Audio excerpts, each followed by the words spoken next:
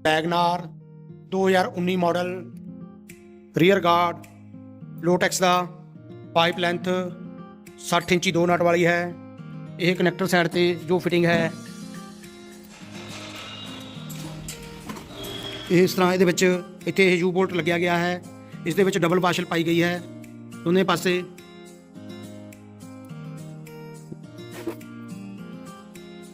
एक connector side का Wagner का ब्रैकेट है।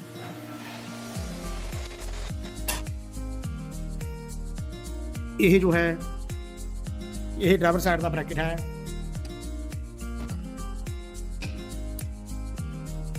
इत्थे भी ये यू बोल्ट पाया गया है जिस दे विच डबल वाशर पाई गई है दोनों पासे।